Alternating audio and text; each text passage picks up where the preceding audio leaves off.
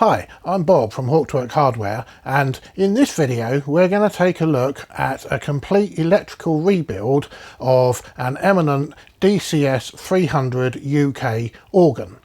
It's quite a nicely spec'd organ. It's got a reasonable number of toe pistons, it's 2 manual and pedals, it's got lots of thumb pistons, and it's got quite a lot of lighted rocker tab stops as well.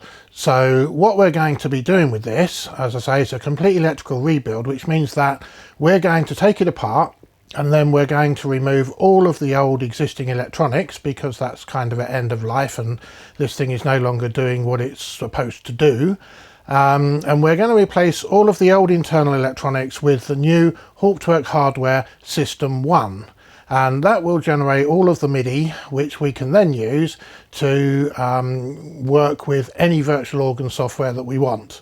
Now, because this is a rebuild, we're going to actually use a Raspberry Pi running JOrgan basically for the capture system, or for its capture system capabilities, and then that's going to be passing the MIDI through to Aeolus, which will be creating all of the stop sounds.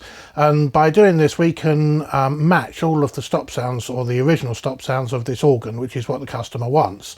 So we could just plug this into an external computer, which is running whatever virtual organ software you want, but in this case that's not what we're going to be doing. We're actually going to take a look at how we do the software side of this in a second video, or a separate video.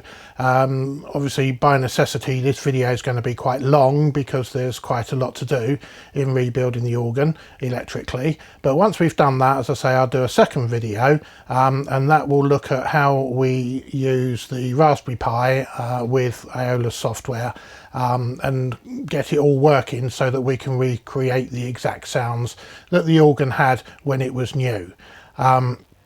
We're not going to be putting any amplifiers in this organ, so we'll probably find something just to test it with, but it's going to have just ordinary line level audio outputs. We're going to be using 5 channels of sound, because that's what the customer has at their church, so this just plugs into their sound system, so we don't need to worry about amplifiers or anything like that. So hopefully it'll be at least entertaining for you. So let's take a look at the organ itself and see where we start. Okay, so this is the organ, the DCS300. We've got the pedal stops along here, one of which is kind of falling off. We got the great stops in the middle and the swell stops on the right hand side there. They're just ordinary rocker tab types, and then we've got our thumb pistons here, most of which we'll be setting up as would normally be the case with these MIDI ones here. We're not going to bother with those, because obviously the whole instrument is going to be MIDI, so there's no real need to be able to switch the MIDI on and off for the swell, the grate and the pedals. But other than that, everything will be set up as usual. We've got the toe pistons down there. There's a nice wooden swell pedal, which is on a metal frame, so that's nice. It's a bit nicer than the plastic ones that they use on the sort of lesser models. So that's the organ itself. What I'm going to do now, remove the top and remove the back. I'm going to turn the organ round and we'll have a look at what's inside, and then we can see where we go from there. Also the pedals for this organ, they're currently just over there, so there's the pedal board standing on its end, so obviously we're going to connect to that as well and make that work. So that's it. Let's get the covers off and see what we've got to start with. I've removed the covers from the organ now so that we can see what we've got inside. And apart from a few modifications that somebody's made at some point, we've got all the usual suspects. So along the top here, these are the boards for the lighted rocker tabs, and all of these cables just unplug as you would expect, normal sort of arrangement. So that's easy to deal with. These wires along the bottom here that are soldered on, they are the ground wires for the light bulbs or LEDs or whatever these are. Actually, I think they did say that they'd been modified already and changed them for LEDs, so that'll make life easier. We've then got our keyboards under there. Reverb unit on the left here. This is our main audio board, I believe, and then we've got our digital computer sound generation boards over there. And then on the next shelf down, these are audio boards that just arrange for muting of the audio to the amplifiers before the thing's up and running. And then we've got a couple of power supplies here, switch mode power supply, and a bigger switch mode power supply here with obviously more outputs on it. And then this wire has been disconnected from its tie downs, and that goes down to the swell pedal. And this swell pedal is one of these magnetic Hall effect type swell pedals. The Eminent ones are notorious for failing, and when they do, they are a real pain in the neck to repair. And in fact, there aren't really anybody left that repairs them, probably except me. But anyway, that's by the by. There are various models or versions of these pedals that run on various voltages. So it's worth knowing that if you do come across one of these organs and you plan to reuse the swell pedal, which is what we're going to do here, just probe the wires in the multi-way and see what does what, because they all seem to be different. There's no standard with Eminent organs seemingly. So this one, it requires plus and minus 12 volts ground, and then there are two outputs. One goes from 11.8 volts down to 1.4, and the other one goes from 1.4 volts up to exactly 12, and they work opposite each other. So we can use either one of those. But the important thing is to know, before we rip all of this out and get rid of it, it's important to know what signals are on which of these wires, so that we can connect it up in the same way to reuse it. The toe pistons, they're down underneath here. They're wired up through these wires here. So when we rip everything out, I shall leave as much spare on those wires as we can, because obviously we want to use the toe pistons. The keyboards and so on and so forth, they've got little multi-way cables that come out amongst this lot. So we'll keep those. We may not reuse them, but we'll keep them, and we'll have a look also at how we figure out what the connections are for those once we've got it all apart. So what I'm going to do now is to remove all of the electronics from this, remove all the wires from it, except for the ones that I've spoken about already. I'm going to remove this audio board. Apparently, speaking to the customer, it's 5 channels of audio, but this is a 17 channel board, or maybe 16, it's something like that. Actually, it's 2, 3, 4, 5, 6, 7, 8, 9, 10, 11, 12, 13, 14, 15, 16. It's a 17 channel board. And this is 5. It's only the 5 channels that are in use. Now, all the audio comes down through this lot of wires here to 2 25-way D sockets or plugs underneath, and that is where the church's sound system gets plugged in to this organ. So obviously we need to provide our audio out to these same connections. So what I'm going to do when I remove these boards, don't care about the ones going to this board because that's not in use. Apparently it's just the 5 that come to this board, so I'll identify those and make a note of them so we know which or where to connect our audio outputs when we finished. So that pretty much takes care of that. There's some this is where the mains comes in. Somebody's fiddled around with it and added something. I think there's some LEDs or something underneath the front, which we won't be using, and we'll reconnect or replace the pedal lights or whatever's wrong with them, but we'll make those work again, so we don't need the LEDs. And that's about it. So that's what I'm going to do now, rip all that lot out, and we'll come back and take a look once that's completed. So here's the console with all of the old electronics removed. We can see at the top we've got the 2 keyboards, and there's 2 ribbon cables coming out the back of those. That's one for each of the keyboards. And then to the right of that there are some other wires, and the ones on the far right are from the pistons, the thumb pistons on the swell keyboard at the top, and then the longer wire that's kind of hanging down the back to the side of that, So that's this one here. That's from the toe pistons. And then this one over here, this is from the thumb pistons on the grate. So we need to work out how they're wired so that we can connect those up to our new system. Also, if we just look at the bottom of the console or further down on the left here, we've got these cables or these wires, and these go to a couple of 25-way D-type sockets which are mounted underneath here to the outside world, and they are actually the sound outputs, the line out or line level outputs, which go to the amplification system in the church. Originally this organ was designed for a sound system with 17 channels of sound for some bizarre reason, so that's why there's so many of these.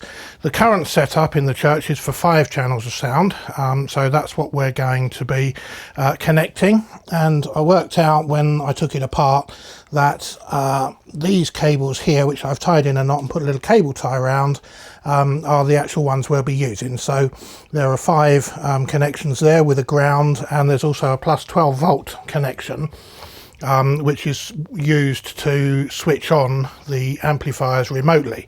Obviously that's not the power supply to the amplifiers, it's just a remote trigger. So we need to supply 12 volts to that when the organ is ready to play, so that it switches on the amplifiers. In the centre down here at the bottom we've got the swell pedal, and I've wired or rolled up that cable so that it's out of the way. And then on the far right hand side over here we have this cable, which is for the pedal board. So that's a 16-way connector, and we'll work out how that's wired so that we can use that and connect up to that as well. On the right hand side here, this is the LED display for the capture system memory level. So we'll do something with that. In fact, this is an alphanumeric display, so probably what I'll do, in fact definitely what I'll do, is remove that and replace it with a double digit 7-segment display, because it's only got to display numbers from 0 to 16. So that's what we're going to do with that bit. And then on this side, this is just the old on-off switch. So our system will reuse that, but it will become a software switch rather than a hardware switch. It won't actually be switching the mains voltage anymore. So we will be using that to switch the organ on and off, and above it I'm going to fit a 2-colour or bicolour LED, and that will tell us when the organ is ready to be played, when the computer's booted up, in other words. So that's what's going to happen with that side. Now the keyboards themselves, these just flip up and over so that you can get to them for maintenance. But looking at these connectors underneath these keyboards, which I don't think we can see in this view, so I'll grab the other camera in a moment and just have a closer look at how this works. But these are actually FATAR keyboards, and they've got the 2 red sockets here, the little I can't remember what they're called, micro match sockets I think they are, or something like that. Whatever they are, they're very, very delicate, so you have to be super careful plugging them in and out, otherwise they tend to break. But we will use our own FATAR keyboard splits, which will just plug in to the keyboards, and then the other end will just plug into our control system. So that's nice and easy. That's what we're going to do with that. So I think that covers everything to do with the console. What I'm going to do now is to remove this piston rail. It's got a few LEDs. They're not lighted pistons, they're just regular pistons. But as I say, there's a few LEDs. In fact, these aren't going to be used. These are just the MIDI switches on and off for swell, grate and pedal. Obviously, the whole thing's going to be MIDI, so we don't need those anymore. It's just always going to be on, so I can't bother with those LEDs anyway. So we need to work out how these are wired and get them connected up to our own interface. So next thing we're going to do is to remove this rail, and then we'll get it on the bench and we'll have a look at how that works. Okay, so I've got the stop rail, the piston rail, from the swell keyboard here. So that is removed from the organ, and it's got this little wiring loom that's with it, and on the end of that it's got two plugs, as we can see here. So our little challenge is to use a meter set on the resistance range, or actually diode check range, and we're going to see if we can work out exactly how this is wired without having to take it apart. And the reason I don't want to take it apart is if we take a look at it, you can see that it uses these kind of almost spin welded, burnt over, call them whatever, plastic things, which actually form the back of these buttons. So these can sometimes come off the circuit board when you don't want them to, and they're a devil to get back on. Also, if it really gets desperate, we can kind of just make out the tracks behind this. You can see the two vertical bits there, and if we get it in the right light, you can see where they run off to. So if it comes down to it, we could do that and just trace them along, but of course it would be difficult to know exactly where these wires were connected, because you know they obviously run along under here, as we can see. So that would be a bit tricky to figure out. The other thing, of course, is that we just don't undo all of these screws and then remove these circuit boards, but they've been there a long time, and I've noticed that quite a lot of plastic parts of this organ are very, very brittle now. It's an old organ, and I've taken these off before, and this is this wood. It's a hardwood of some sort that they've used. I'm not entirely certain what it is. Looking at the colour of it, it could be oak or something possibly, which they've obviously painted black. But these are pre-drilled and then they're screwed in, so by the time you've screwed them in and out a couple of times, they tend to become very, very loose and they don't stay in very well. So if we have to, we can use that as a last resort. We can take the thing apart, trace where the wires go. Also, there's going to be diodes on all of these, so we can find out where they are again if we need to by taking it apart. But I'd much rather just try and figure it out just using the wires, and it's a fairly logical process to do that. It's not too difficult, and I keep threatening to do a video on how to work out how the connections are wired on a matrix keyboard, because all the keyboards seem to be different unless they're made by the same manufacturer. So one of the things that's quite handy is to be able to work out how to identify the 16 wires or 16 connections to matrix keyboards. So this will actually make quite a good sort of introduction to that, if you like. Obviously this isn't about a keyboard, it's about this, but the theory of how you work out the common lines, or the columns and rows, if you want, of a matrix, because that's what this is going to be exactly the same as what I'm doing here. So this has only got, well, how many buttons have we got? We've got 8 here, then 9, and another 8 there, so that's 17. And then at the end 18, 19, 20, 21, and 3 LEDs. So if we look at the wires, we have got here there are 9 wires there, and they follow the resistor colour code, so it's black, brown, red, orange, yellow, green, blue, violet and grey, and then you've got these 2 on the end, which are obviously different. So there's a brown and white and a black and white. So we have got 9 wires there plus 2 here, that's 11, and then on this other plug we've got 3.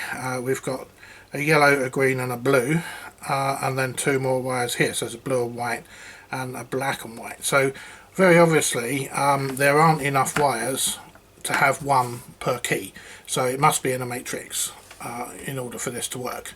So that's what we're going to do. And so how we're going to do it, I have got my meter probes here, and I've got a couple of these little things. They're very, very sharp needle things. You could be a bit careful with them actually, because if you don't look what you're doing, it's really easy to stab yourself, and it's really annoying when you do because it hurts.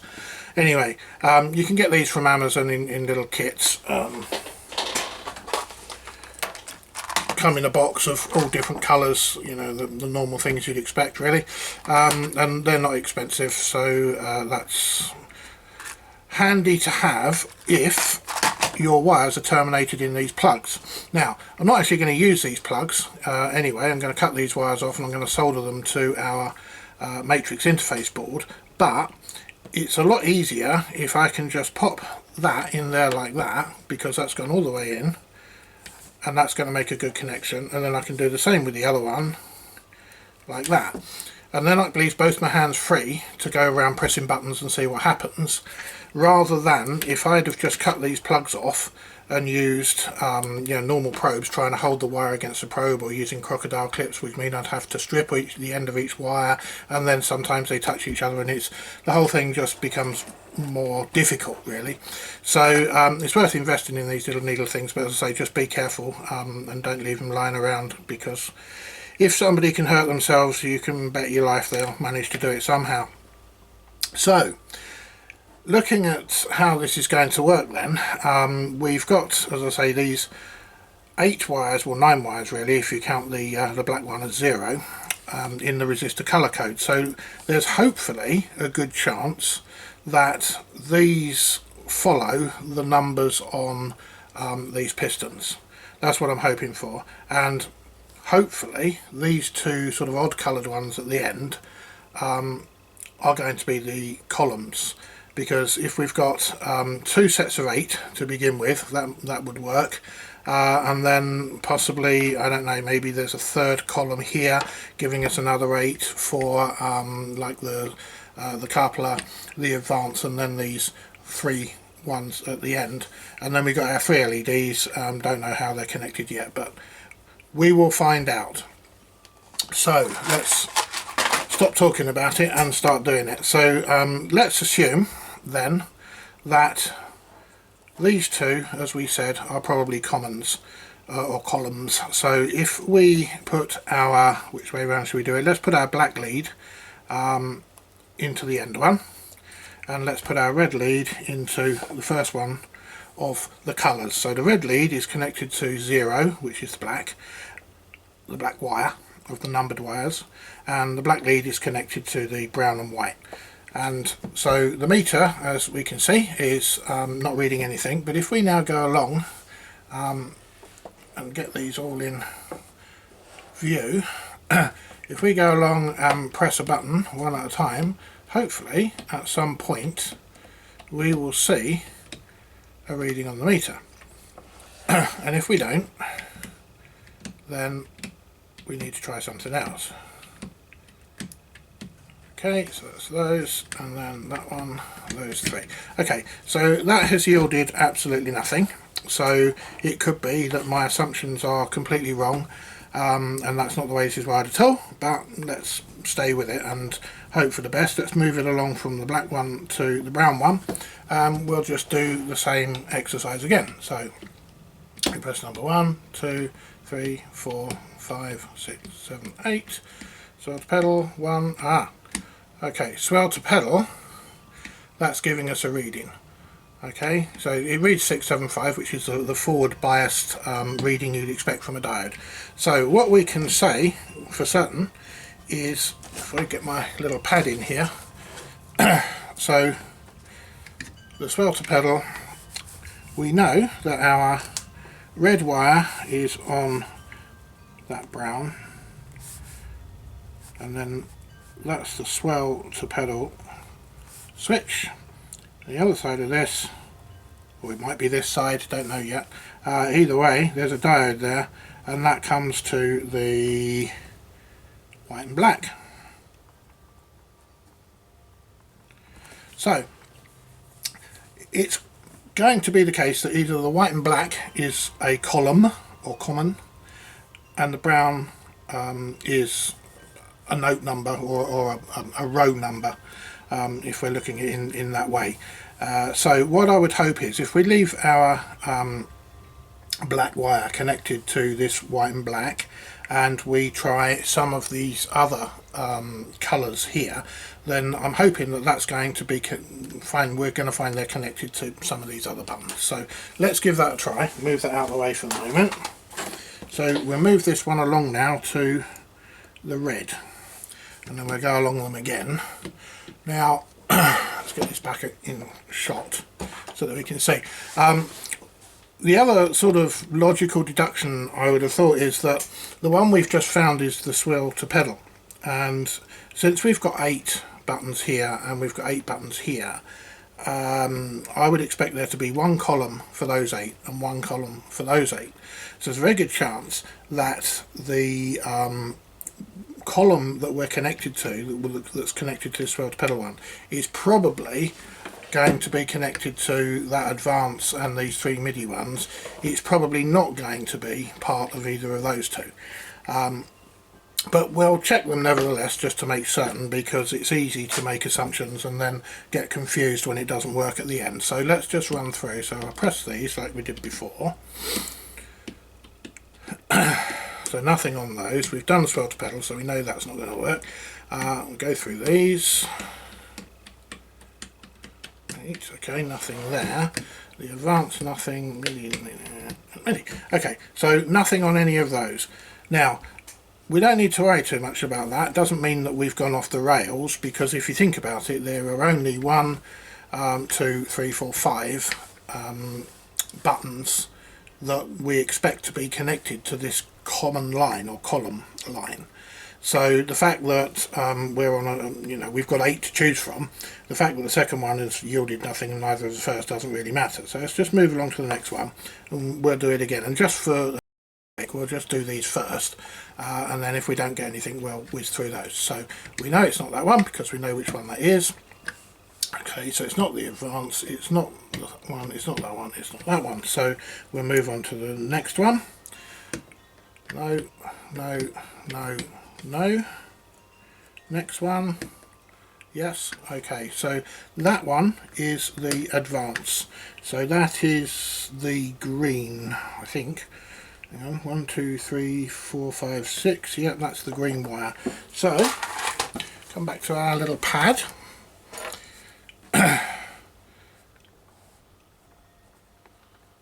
We can draw that in there like that, and that's the green, and that is the advance button. And I'm pretty confident now that those 3 are going to be on here as well, but I won't draw them in yet because I'll probably jinx it. So move it along to the next one, the blue one, and go through those 3. So there's nothing there. Okay, and then the purple, again, nothing. The ones at the beginning that didn't give us anything still don't. So, hold on, I missed that one. No. Okay, so that is surprising. But anyway, there we are, doesn't matter. We know that the white and black, which we're still connected to, that's fine.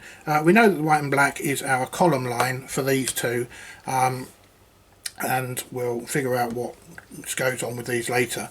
It may be there on this plug. So our white and black was the first column, which has yielded those. So let's move on to the next one, the brown on white, white and brown, and see that's probably, I'm guessing, it's going to be one of the columns or for one of these 2 sets of 8. So let's go back, start with our black one. So now we've got our black lead connected to the black wire, and we've got our red lead connected to the brown and white. So let's go through now and see if we get anything on any of those, which we don't. So let's go to the next one. And 1, 2, 3, 4, 5, 6, 7, 8, nothing on there. Now, I'm quite surprised by that. So what I'm going to do, it may be that I've got the red and black the wrong way around. Obviously, because these are diodes, you have to have the leads the right way around. So if we get to the point where things aren't quite making sense, there's a good possibility that it's simply because we've got these the wrong way around. So let's try it the other way around. I can't remember which way around I had it for the black and white, really, to be honest. But let's try this. So we reverse those, and we'll go through them again now. See if we get anything now.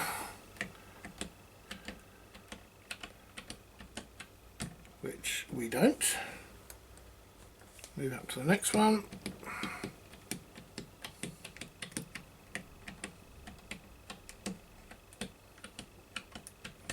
Nothing on there.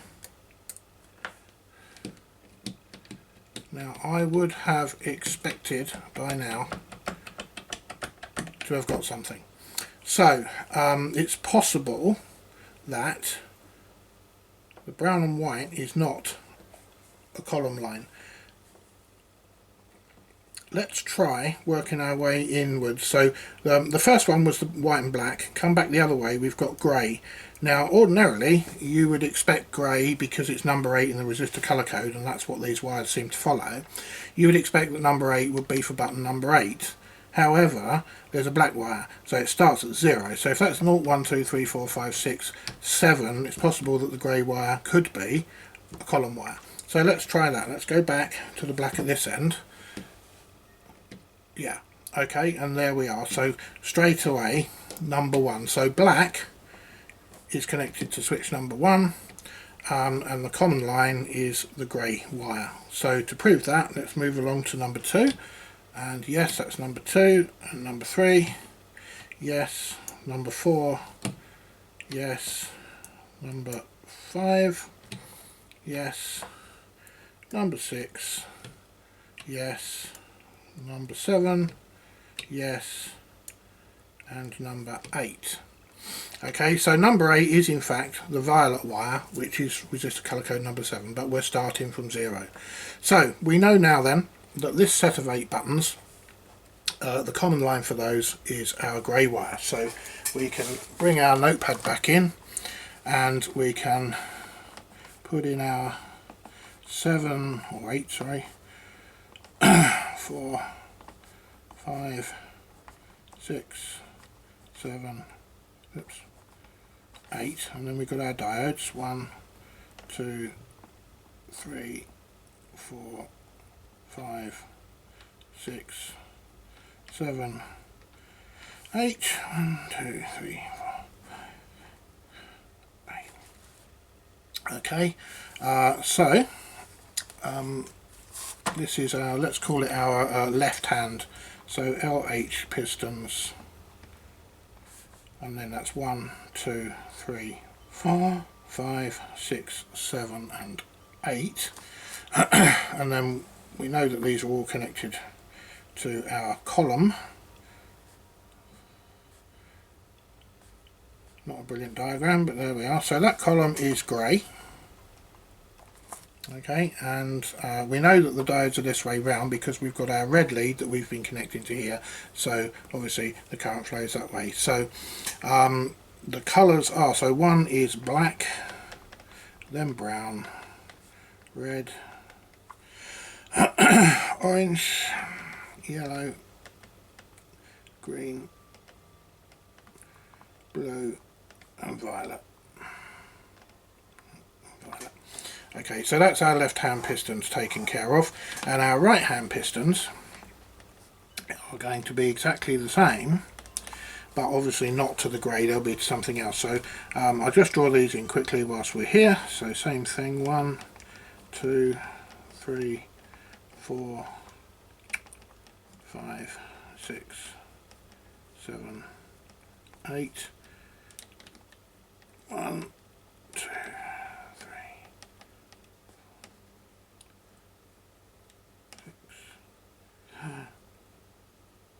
8.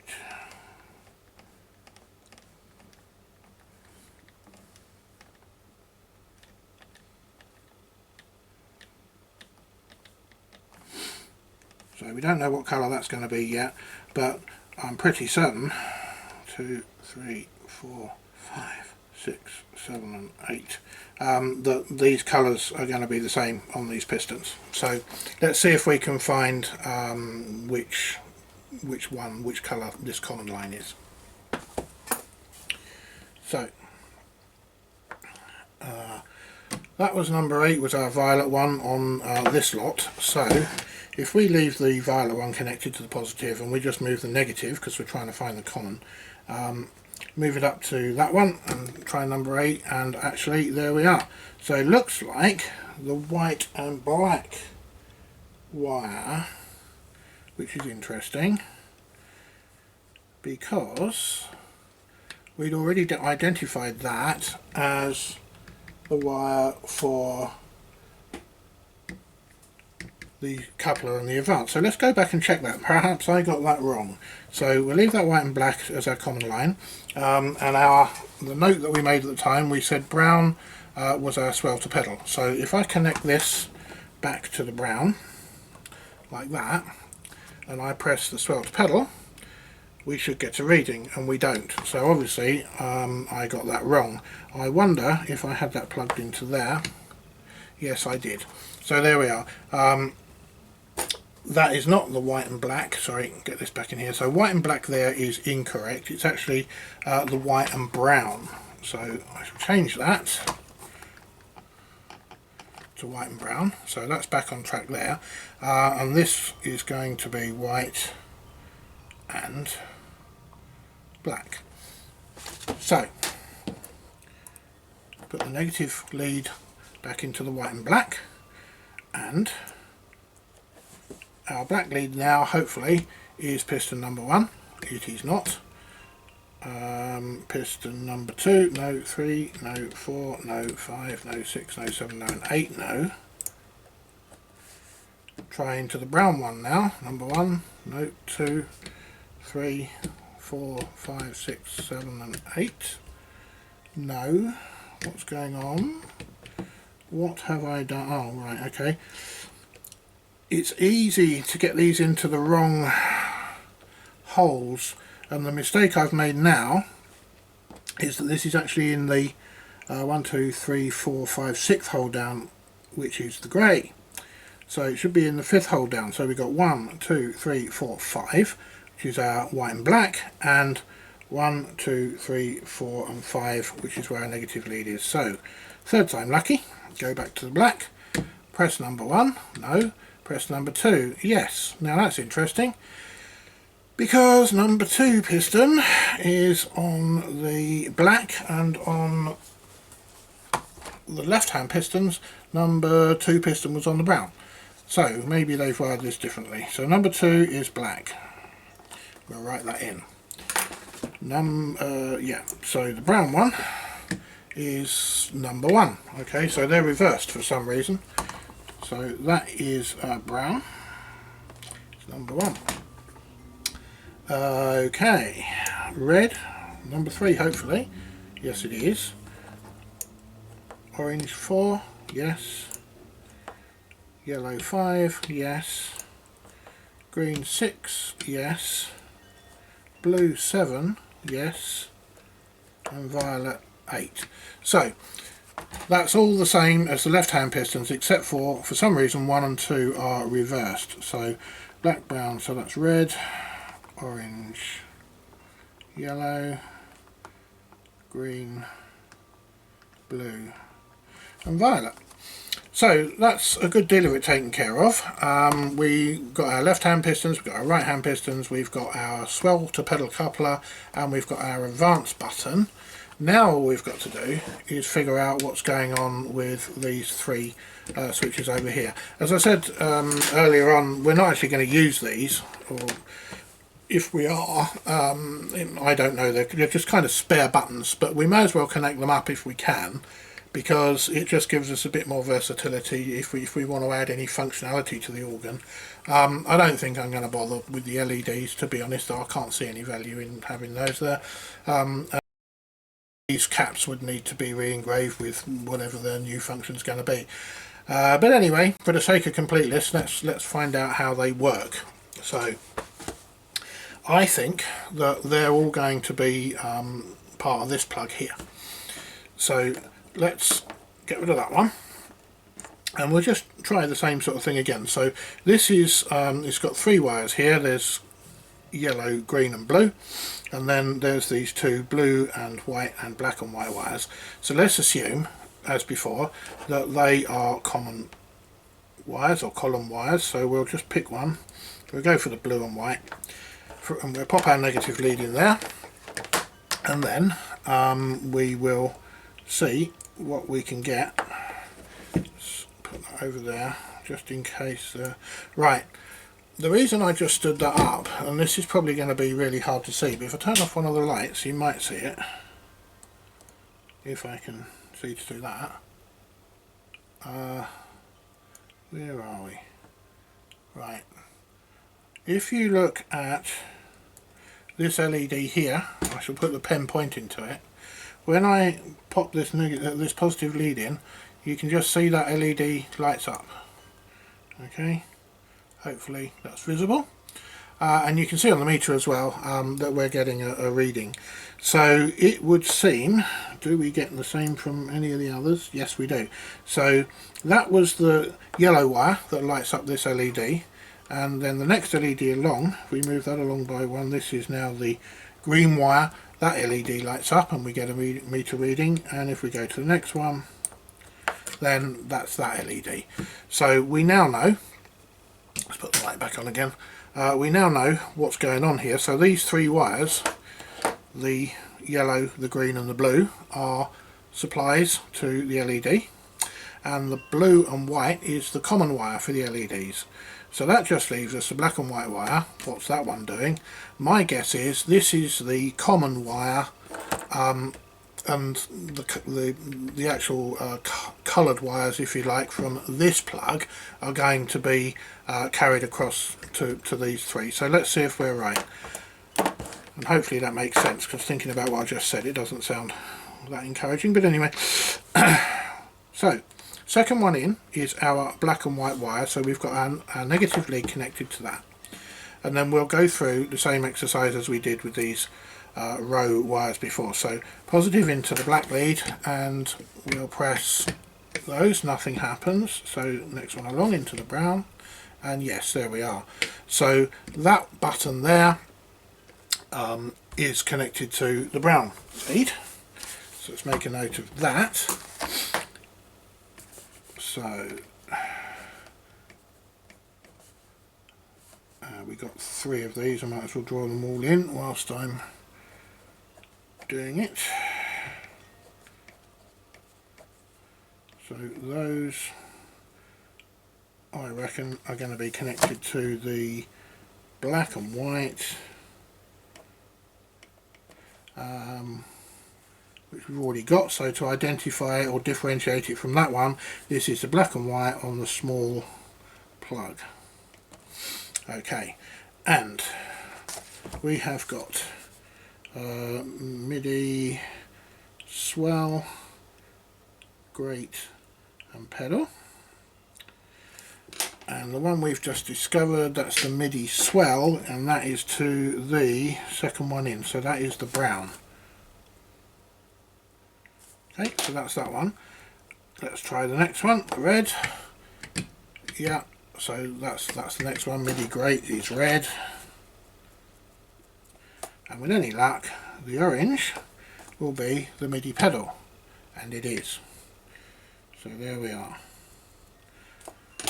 So at this point we've now identified all of the wires from this stop rail, and we've made a note of everything, so it's going to be nice and easy to connect it up now.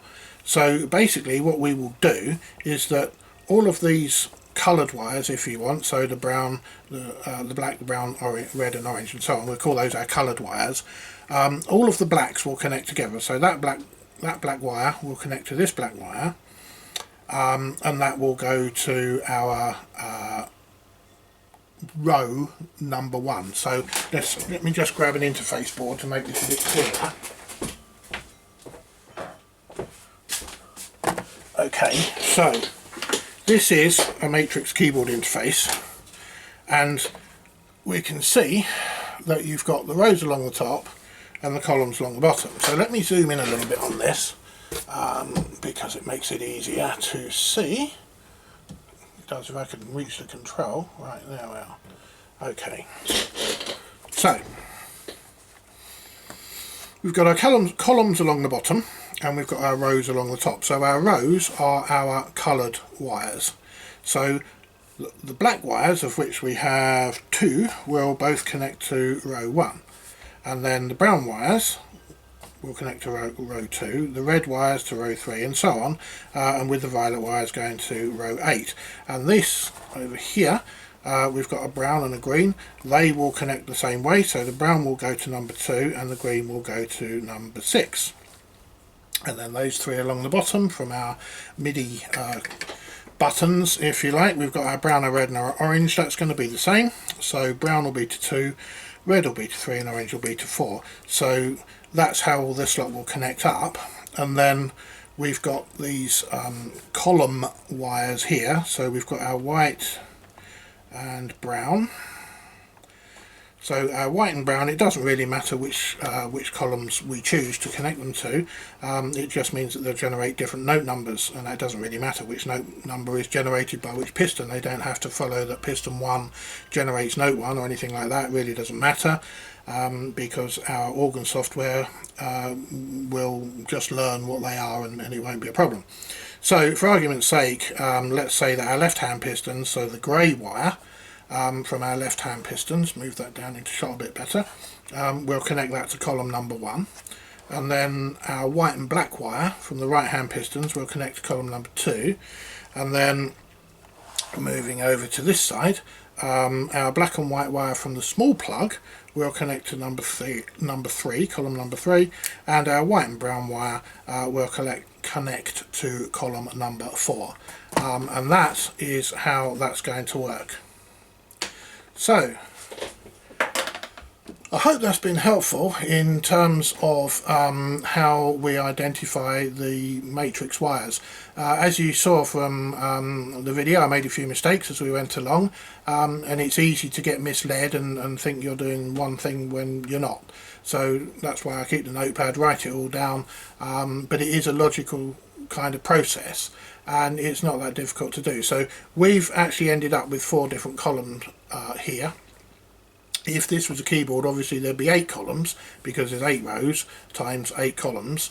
So it's exactly the same process, it just takes longer because there are more columns. But I will do a video, I won't make it with this organ because this organ uses FATAR keyboards, and I don't need to go through that process because they'll simply just plug into our system here and they'll just work.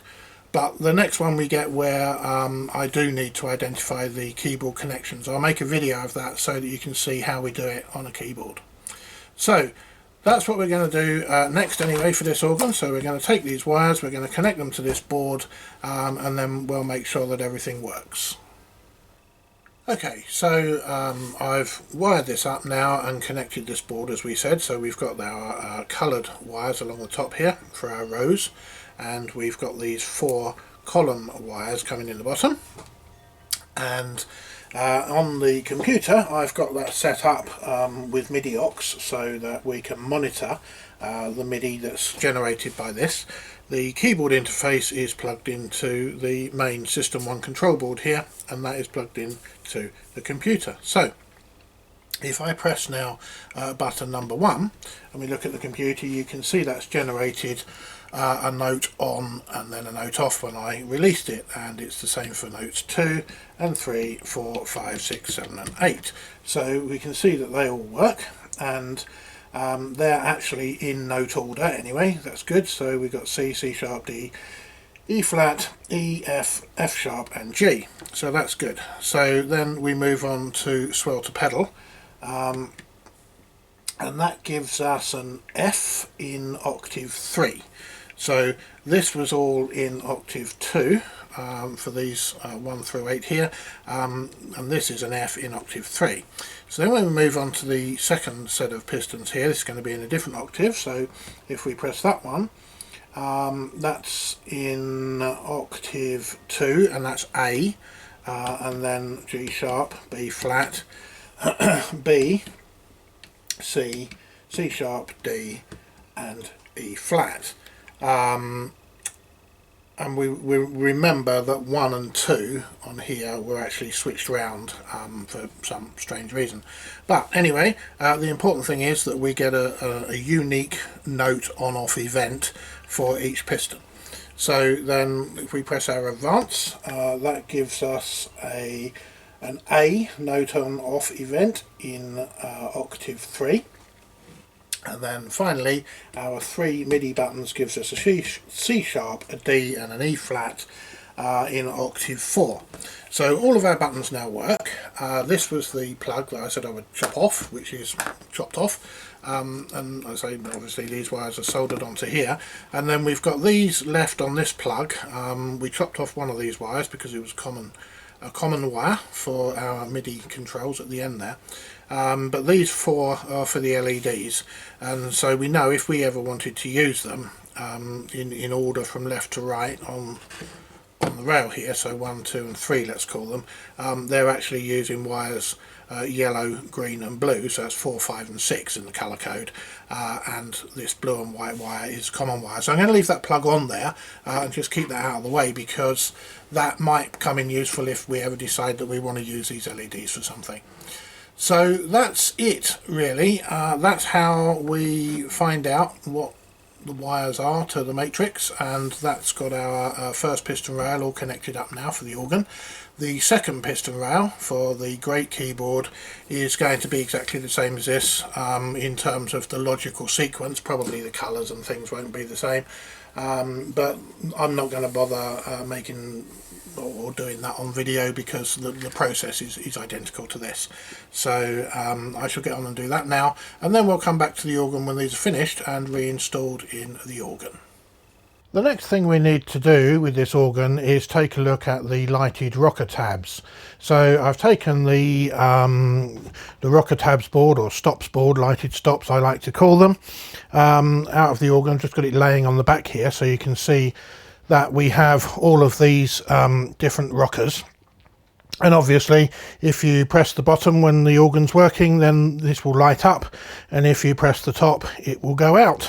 And our aim is for exactly that to happen, but also obviously we want it to send a MIDI note on event when we press the bottom and a MIDI note off event when we press the top.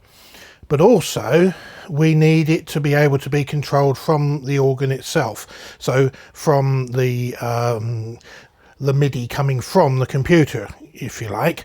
So if, for example, we press the bottom, that sends MIDI note on event channel 1 note 10 for argument's sake, and the light comes on, and when we press the top it sends MIDI channel 1 note off 10. Then we need that to also operate from the computer. So if we send channel 1 note on 10 to the organ, then we expect this to light up, and if we send note off 10 channel 1, we expect that to go out, and that goes for all the stops obviously. So the way this works, if we just remove this for a moment and we turn it over, on the back we have 3 circuit boards, and these are all fairly standard the way these are wired up. I've come across obviously lots of them doing what we do, and they all seem to be pretty much the same. They are wired in a matrix in the same way that the pistons were that we just looked at, but they're in a 16 by 2 matrix rather than an 8 by however many. So let's take a closer look at the actual board and then see how we're going to deal with it. Okay, so this is one of these lighted stops boards which I've removed from, this is a scrap one from an old organ, but they all seem to be very similar. So they've got these rocker things which you can take off. They just clip on. They're usually extremely brittle, so you've got to be very, very careful, otherwise these things snap off.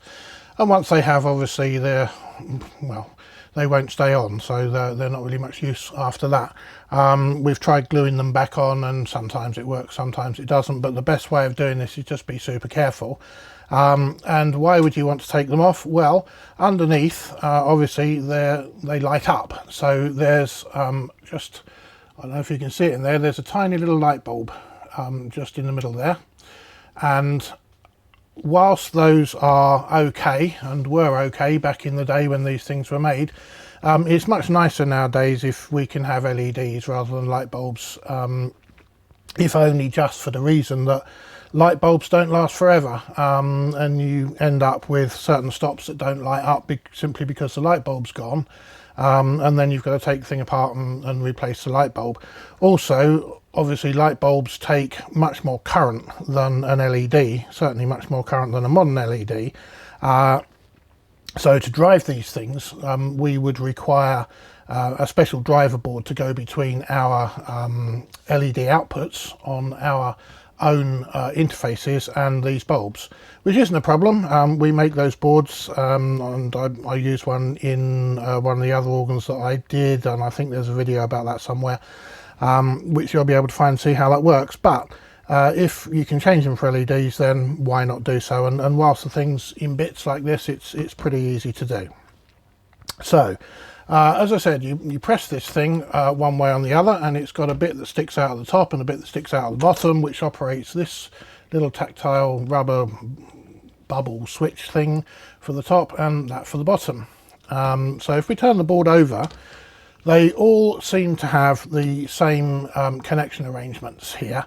So there's usually, and it's quite good because you can see through the board really, you can see where the tracks run, and you can see this thick track running along here, which is the common line, the common earth return 0 volts, whatever you want to call it, for all of the light bulbs or LEDs in the later ones. So that one obviously connects to ground. And then this connector along here is the connection for, or the connector for the matrix for these things. And then this connector in the middle is the connector for all of the light bulbs or LEDs, whichever your organ happens to have. So the Hauptwerk Hardware lighted stop controller, or light or interface actually, because it plugs into our main controller board for System One. So the Hauptwerk Hardware lighted rocker tabs or lighted stops interface board is designed so that you can pretty much just plug it straight into these two and connect up the earth, and provided you've got LEDs in here and not light bulbs, then that'll just work. If you've got light bulbs, then you need to fiddle around and install the incandescent lamp driver board as well. That's an optional product that we make. So if we move this out of the way now, and let's just have a look at the matrix which is used for these lighted rockers. So the normal matrix that one would expect to see on a keyboard is going to be 8 rows and 8 columns, and that's because 8 8s are 64, and 64 is the closest you can get to the 61 keys on a 5-octave keyboard. That matrix format of 8 by 8 is also the most efficient format that you can use from an electronic point of view, and that's because if you think back to early computers and all of the chips that used to support them, they were all 8-bit, which means that most shift registers and memory and all sorts of things usually has 8 bits of data that it can deal with at a time. So an 8 by 8 is the easiest matrix to use because we can use off-the-shelf electronic components, microcontrollers and chips and everything else, and everything's going to nice and easily dovetail together. However, it would be a bit of a waste to do it with these stops because there are only ever a maximum of 16 on one of those boards that I showed you. And those boards, as I said, they seem to be fairly ubiquitous. There are obviously different boards on different organs manufactured by different companies, but there seem to be a lot of these. I don't know who came up with the idea or who made them originally, but they seem to be quite popular and they pop up all over the place. So the way they do this is that they have a 16-bit or 16 row by 2 column matrix, and that's depicted here. So I haven't drawn all of these in because not really much point, but we can see from this. So the first rocker tab, so we've got our column 1, which runs along as a common line for the first 16 inputs, and the way those are arranged is that if we go back to our circuit board here, the on buttons will be the odd numbered inputs, if you want, and the off buttons will be the even numbered. So it goes on off for tab 1, on off for tab 2, on off for tab 3, all the way along to tab 8 in the first column, and then tabs 9 through 16 are in the second column. So we have 16 rows and 2 columns, and that is the way that we connect this to our controller or to our interface. So let's take a look now at the Hauptwerk Hardware System One lighted rocker tabs interface. So if we move that out of the way, that's the interface board. I'll just zoom this out a little bit so that we can see it a bit more clearly. Okay, so let's move things around so the light doesn't reflect too badly. Hold on, put that under there. Right, there we are. So this particular interface is the System One interface, and it has connections for 3 of those lighted rocker tab boards. So as we looked at on the back of the lighted rocker tab board here, there are these 2 connectors. There's a 20-way connector for the matrix, and that is made up of 16 rows and 2 columns, and they duplicate those 2 columns across to both sides of the plug in 2 places for some reason. I don't know why they do that, but they do. And then in the center there's a 16-way connector for the LEDs or light bulbs, obviously 1 to each of the 16 light bulbs.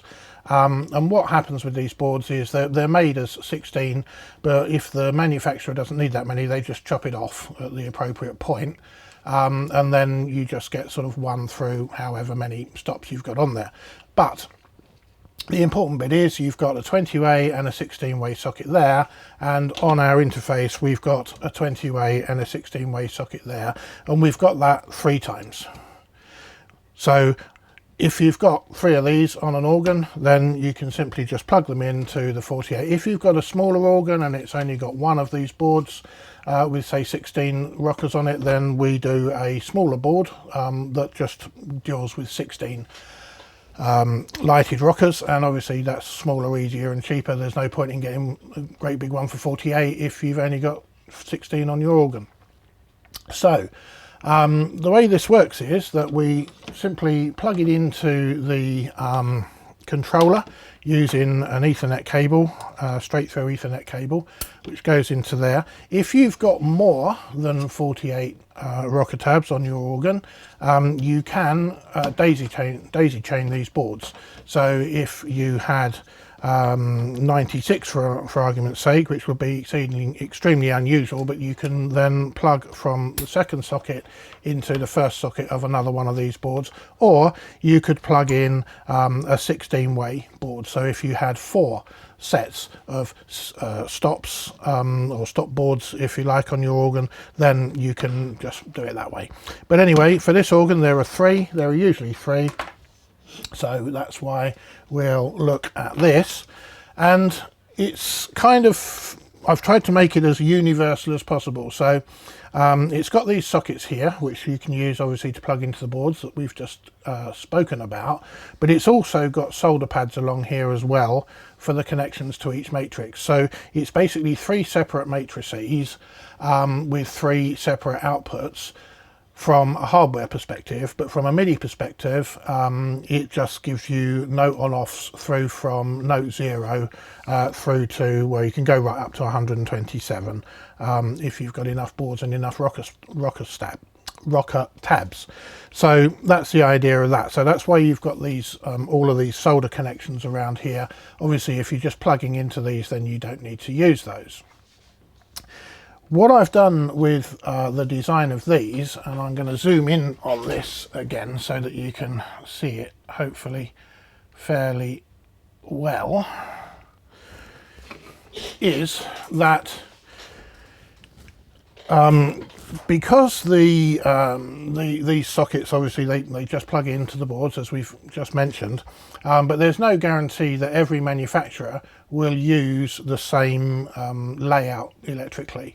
So what I've actually done with these is to have these little connections, and the way this works is the ones this side just connect directly to the pins of the socket, and likewise the ones this side connect directly to those pins of the socket.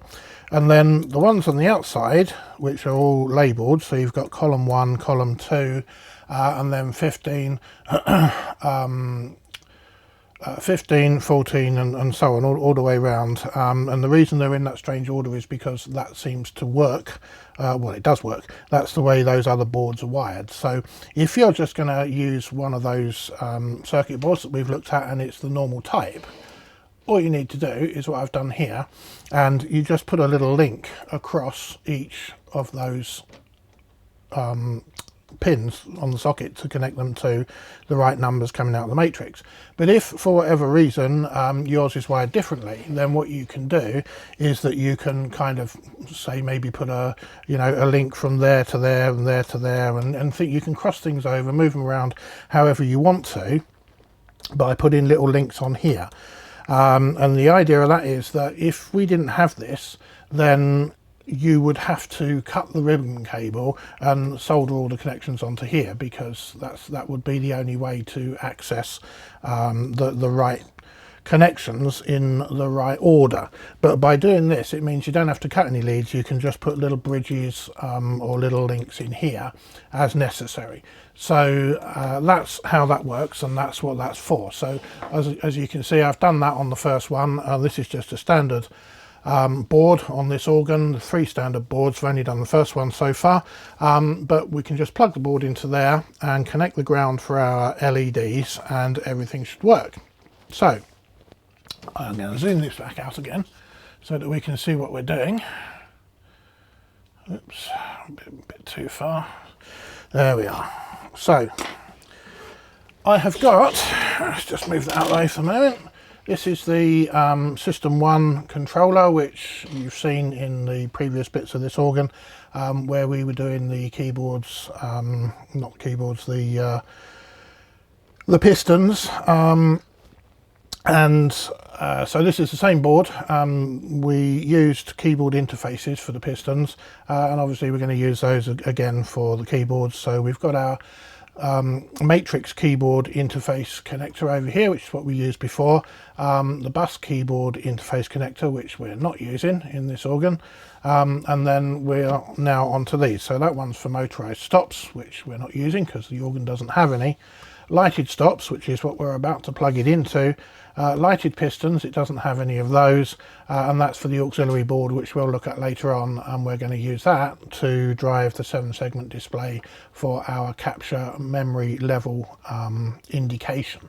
So what we need to do is plug one of our, I've got this little short network type lead into the lighted stops connector, and on the other end of it plugs into our lighted lighted stops controller. So there we are. That's just obviously you use the appropriate length of these things to connect it however you need to do for your particular organ. However, what we're going to do now, if we get our stop rail from the organ, and this is going to be a bit challenging to get everything on camera, but we'll have a good go at it. So what I'm going to do, I have here a normal 20-way ribbon cable, so I'm just going to plug that into that socket there. That's for our matrix connection, and put that there for a minute. And then this one will be for our LEDs, so we'll put that there ready. And then I need a ground connection, so I'm just going to plug that into our system ground over there. So that's going to connect to the ground return for all of the LEDs. So just before I plug those in, if we take a look at the computer display, You can see there's a whole bunch of note on-offs and things been going on over there. That's when I was sort of testing things earlier. However, just to show you how this works, which is very similar to all the other bits and bobs that we've done matrix wise, if I connect or make a connection between column 1, this is the second matrix, but if I touch that to the first input, that gives us a note on, note 16 on, and then the second one gives us a note 16 off. So that's what we were saying when we looked at our little drawing here of how these things work. So the first one gives us an on and the second one gives us an off, and so that's how that works all the way through. So let's move that out of the way, and if I can fit it in, move all the other bits out of the way, and hopefully, I need a bigger workshop. Hopefully, if I take our two connectors, we'll use this center board here, so that's for oh dear, that's for the great keyboard. So let's just pop these on. So if I plug in the LEDs first, he says if I get the right cable it would work a lot better. Okay, that plugs into the LEDs, and then we plug our matrix into the end there. So now, if we turn this thing over, move that across a bit. Okay, so actually turn one of those lights off, so in fact hopefully that'll work. So now we should see that if I press these for on and off, absolutely nothing happens. And the reason for that is that when you plug this board into the main controller, you have to reset the actual controller board so that it knows that it's got this board connected to it, because as I said, you can daisy chain these boards, and it's rather like we showed you with the pistons just now, that you have to reset the thing for it to realize that it's got the extra boards. So as you can see, that doesn't do anything at all right now. Oh, actually, we also need to connect the earth to here. Where is it? Over there, right. Okay, so what I'm going to do now then on the computer is I'm just going to restart that session, and then I'm just going to make it a bit bigger so that we can read it more easily. So where are we? Change settings, appearance, font size, let's go 16. Okay, apply. Right, so as you can see, it's come up here, System One controller ready. Don't worry about these bits and pieces here. That's to do with power management, which is something we'll look at later on. But now what happens is that if we press one of these, as you can see, they light up as we go along. And if you look at the computer, you can see that we've got note on 0, 1, 2, 3, 4, and obviously, whoops, that goes all the way along to the last one there. And you can see on the computer we've got all those note ons. And then again, obviously, if we press the top, we get the corresponding note offs, and the little light goes off on the motor, or on the lighted stop. So that's how that works. Obviously for this particular organ there are 3 sets of these. There's pedal, grate and swell, which will plug into these. So that's going to be the pedal, that's going to be the grate, that's going to be the swell. Before I can plug them in, I need to put the little bridges on these here, but they're just straight across ones, as you saw from the first one that I've done over here. I've nearly finished working on this lighted rocker tab board now, and as I explained earlier, we've got these 2 rows of connectors which we need to bridge together for this particular organ, or we can kind of bridge them across and swap them around as necessary. But it's a bit sort of tedious trying to make it look nice really, and I've just been trying out some different ways So this is just a bit of a tip on what I've found out. I've tried on this one just getting a piece of, this is the kind of stuff I'm using, so it's 24 gauge tinned copper wire. So I've tried getting this and just sort of putting it across and soldering a bit on and doing that all the way around, but it doesn't really look very nice when it's finished, and it's quite a rough feel to it, and I'm not really very happy with that. So that didn't go great. So what I did on the next one was, this one looks better until you turn it over, because what I actually did was exactly the same thing on the rear, and that feels even worse actually. It's very sharp and I don't like that either. So what I then did was to try another idea, which is what I've done on this one. I haven't finished this yet, so I'm just going to show you how I've done this. And what it is I've got this, it's the same wire, but I've actually bent it around this, which is a 3mm outside diameter metal rod basically. It's got a hole in the end, which doesn't matter in the least for what we're doing. You could even use the shank of a 3mm drill. This is actually a pin pusher for Verapins from years ago. It just happens to be the right size, and it's the right size because if you put it across there like that, you can see that if you bend a piece of wire around there, it will line up nicely with the holes. So that's basically what I've been doing. I've done the first couple here, as you can see, which I think looks fairly reasonable on this side. Certainly these don't look too bad, and on the reverse side, you know, it just looks like a normal through-hole soldering arrangement. So I think that's probably the best way to do it, and I just thought that it would be worthwhile letting you guys know. So what I've been doing is just basically take this this thing, get the wire, leave 3/4 of an inch or so, about 18-22mm sticking out of one side, and then just bend it around like that. Now we've got, if it would turn around so we can see it, so now we've got like a U-shaped hook thing, and then we can just cut that off like that, and I leave it fairly long, and the reason for that is that obviously we've got this socket sticking up in the way here, but if this is nice and long as it is, it means that I can pop the ends of this into these holes. It's fairly easy to do like that, without this really getting in my way. So then when I lift it up, I can just push that through. It goes through nice and easily. Try and get it in the right place so you can see that, hopefully. That doesn't look too bad at all, I think. So that's what I've been doing. And then when it comes to soldering it, I've been soldering it from the top side.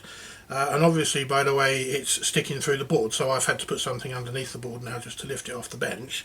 But if I now get my solder and the iron, I can just put a little drop of solder on each side of this, one on one side like that, and one on the other side like that, and that's it really. Then all we need to do is just turn it over, get it in shot of the camera, and then just cut off the excess. So it's kind of fairly wasteful in wire.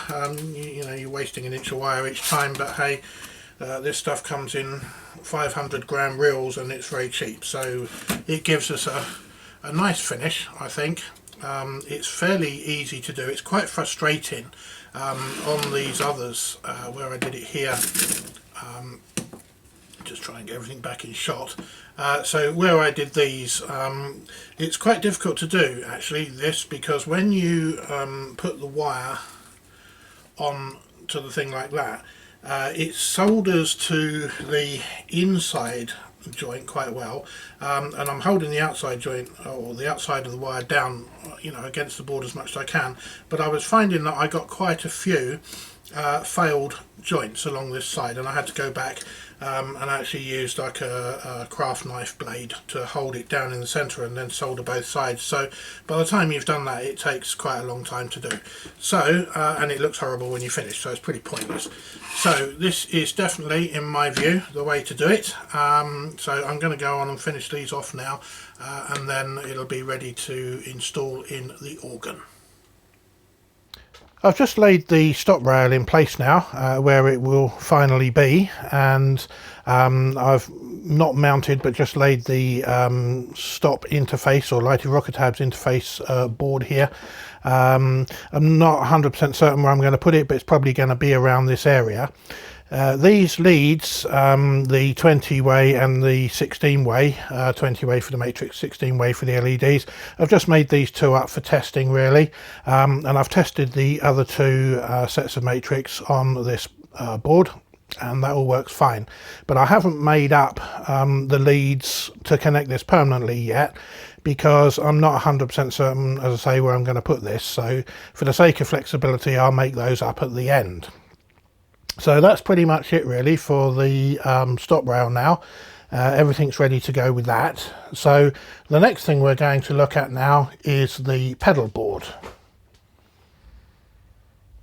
Okay, so the pedal board connects to the organ via this cable here, which has a 15-way D-type plug on the end of it. And that just runs through up through the hole in the bottom of the organ, comes round and out the top, and ends up in this little plug here. So first of all, we need to identify the connections to this in the same way that we did for the other matrix for the pistons. I don't really want to do it kneeling on the floor though, so I think the easiest thing to do is going to be just to feed this wire through, because it only seems to be anchored in one point here, or at one point. I can just cut that little cable tie off, leaving the bracket behind, and then when I'm done I can put this back and put a new cable tie in it. So that's what I'm going to do, is remove this, then I can plug this end into the pedal board, which is over there. And we'll take a look at that, and then we can just go through and identify these connections in the same way as we did with the others. So that's what I'm going to do now. Okay, so we're going to take a look at this pedal board now and work out how we're going to connect that up. So I have here the cable that we looked at just now that was in the organ. I've removed it from the organ and I've plugged the end of it, the other end of it, into the pedal board, as you can see. And this is the end that we're left with. So we've got, it's a 16-way, I think, 2, 4, 6, 8, 10, 12, 14, 16. Yep, it's a 16-way connector. And we've got 32 pedals. So obviously this is another matrix. And we've got a whole bunch of wires going on here, and I haven't got the first clue which wire is which. So what we need to do is to figure out which are the common lines, of which there should be 4, and which are the rows. So there should be 8 rows and 4 columns, which gives us our 32 notes. And then once we've identified them, we will be connecting them up to this Matrix System One Matrix keyboard interface. So there's our 8 row connections along the back and our 8 column connections along the front, although we're only going to be using 4 of them. Having said that, we're going to cheat a little bit, because that leaves us 4 spares here, and I'm going to use one of those, or possibly 2 of those, for the toe pistons. So that's a handy way of just using up the extra inputs that we've got available without having to use another interface board. So we've seen these before, so let's move that out of the way and look at what we're trying to identify here. So we're going to have 4 columns amongst these wires, and we're going to have 8 rows. So where it's got R1 through R8 here, that's our rows, and we've got the same across here. That does not mean that there are 4 separate sets of 8 wires. It means that there's one set of 8 wires which inside the pedal board will connect to these different columns when you press the pedals. So we're looking for 8 wires plus these 4. So we need to identify 12 wires out of this lot here. And I don't particularly want to take the pedal board apart, because if we look at the pedal board, the top of it here, it looks like it's been remade out of MDF, and the corners of it, it hasn't stood the test of time awfully well. It's a bit bashed and battered, and I don't want to take it to bits. This bit's split. So we're going to identify this logically and electronically. So what I'm going to do is I'm going to hold down the first pedal, and then I'm going to measure the resistance between all of these different inputs here until we can identify that first pedal. Then I'm going to do the same with the second, third, fourth, fifth and so on until we've identified the first 8, and then they will be our 8 rows, which will just repeat along the keyboard or the pedal board, and then we just have to find the next 3 columns. So the way I'm going to do that, obviously I've only got 2 hands and I need to be over at the bench identifying the cables, but what I do have here is a little plastic lamp holder that happens to be exactly the right size, that I can just pop it in between the top of the pedal and its rubber thing there, and it pops out, which isn't overly helpful. Let's try that again. So I can just pop that in there and that will hold that pedal down in the optimum position. So now that we know that our first pedal is held down, let's move our cable into shot. So we're going to do like we did before. I've got the meter with these 2 sharp needle probe thingies on the end of it, and I'm going to put one of them. So let's start with the black one. By the way, these, just to make this obvious, these have diodes on them. Each one has a diode on it, like that.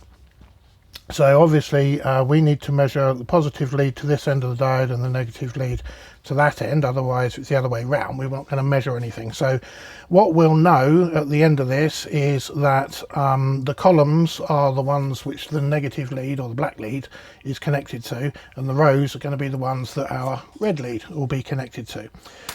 So randomly starting, or kind of, if I can get this in shot, it's a bit tricky because the cable's not really very long.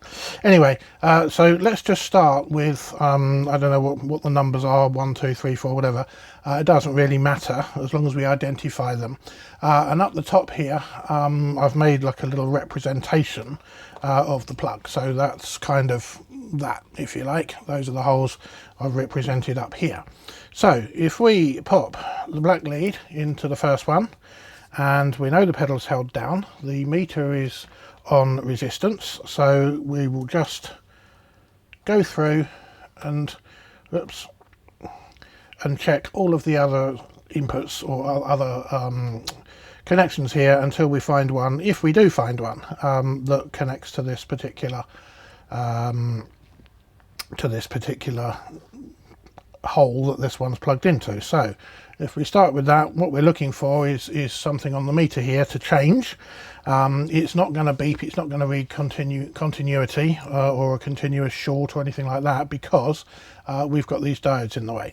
So it's going to read probably 600 or 700 when we find the right hole. So working from there, let's just work our way down. So nothing there, nothing there, nothing there, nothing there, nothing, nothing, nothing, no, no, no, no, no, no, no, and no. So okay, so that was wholly unsuccessful. So let's work our way. We can either go left, right along the plug, or we can just work our way down one side. So let's work our way along one side just for the hell of it. So let's do that again now. So basically we're going to try putting the red lead into all of the empty sockets or holders or holes or whatever you want to call them, and see until we get a reading. So nothing so far. Nope. Okay, so the next one down, we do that again. Nothing. Nope.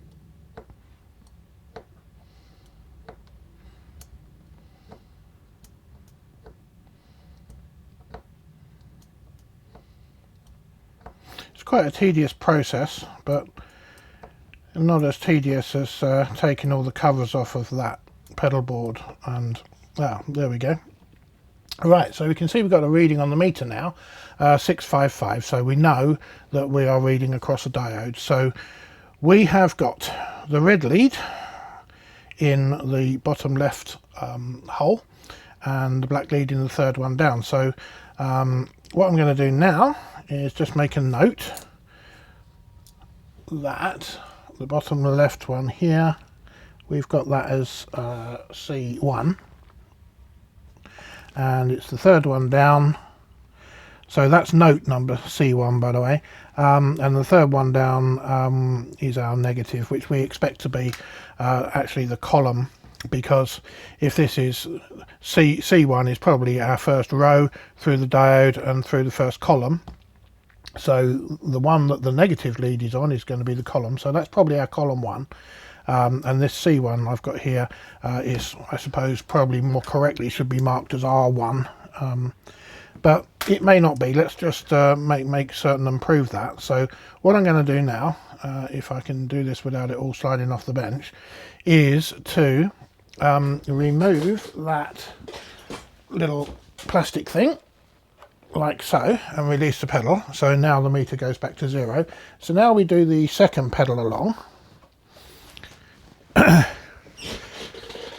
So we want to find R2 now. We think C1 is this third one here, the black one.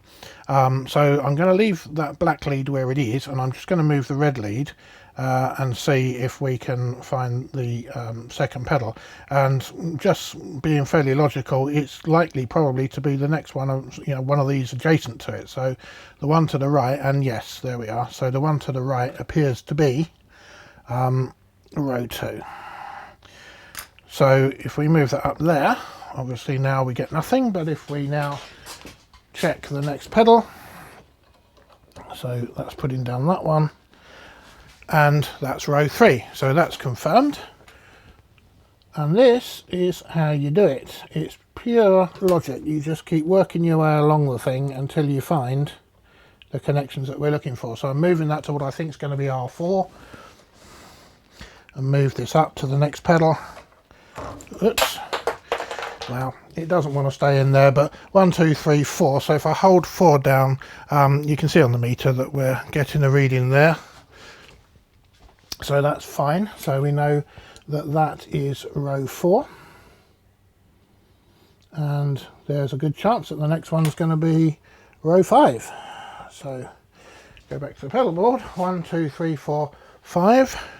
Yes, it is. So there we are, row 5. Move it across to there. So that's going to be probably row 6, which it is. And then the next one up over there we hope is 7. So just mark that in, row 6. That we think is going to be row 7. And it is. So mark that in. And then move that across. Hopefully that's going to be row 8. So where are we? 5, 6, 7, 8. And it is. Okay. And we know that that's column 1. So what we want to do now is go back to where we started, really. So we want to go back to row 1, which is the bottom left. But now we need to find column 2. So our 9th note, 1, 2, 3, 4, 5, 6, 7, 8 rows, we go back to row 1 on column 2 is going to be our 9th note. Okay, so if we count 9 notes up the keyboard, pedal board, so 5, 6, 7, 8, 9, we want to hold that note in, so retrieve our little plastic thing that escaped, which is easier said than done because this wire's in the way, but there we are. So 5, 6, 7, 8, 9 is that one. So let's pop that in there. There we are. So now we know that the red lead is in our row 1 position. So now we've got to start moving the black lead around to find the second column. So not that one, not that one, not that one, not that one. It's that one. Okay, so it's third one down on the right hand side, which makes sense. So that is column 2.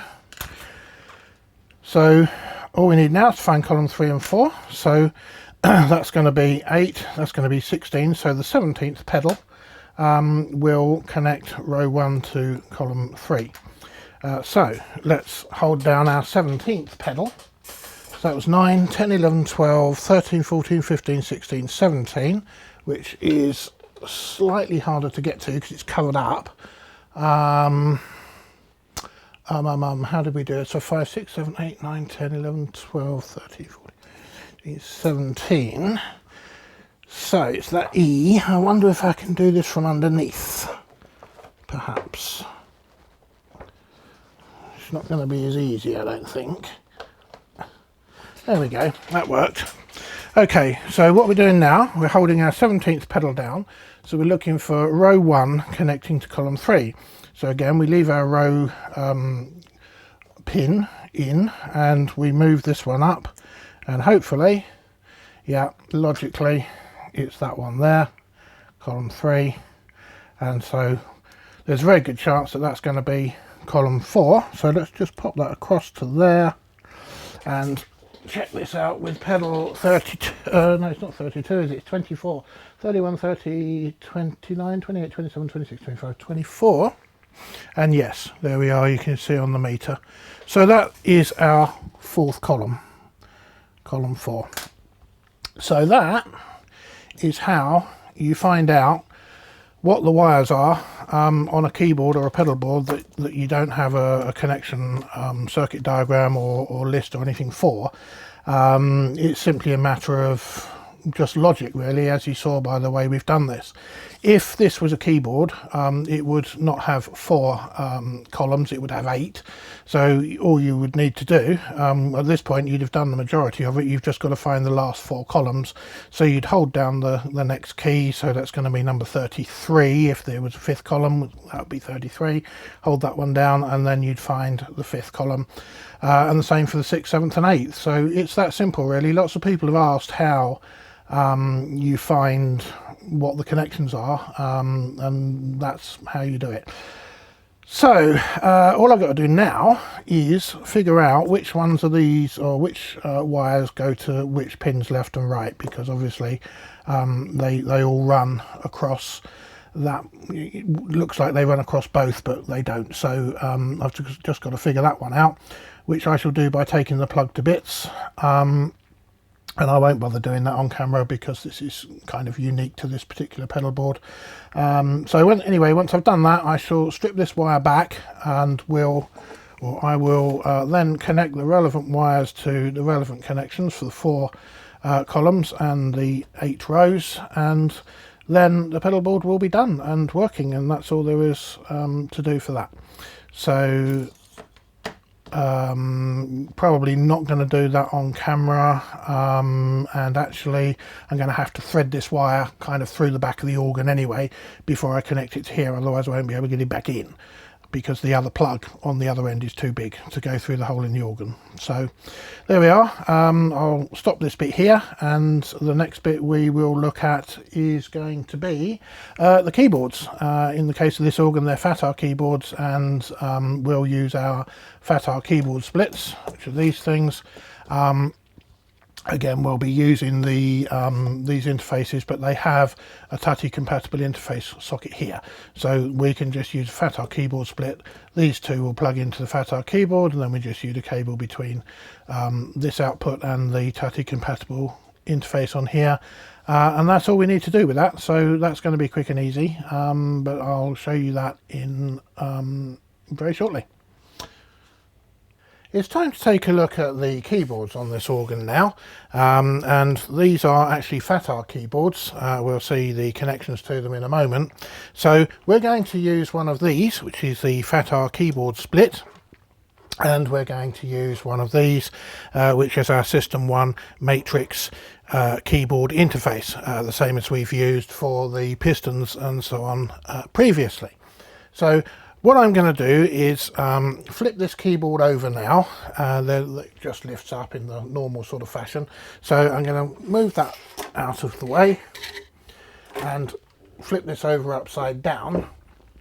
And we can see now we've got the 2 red sockets here.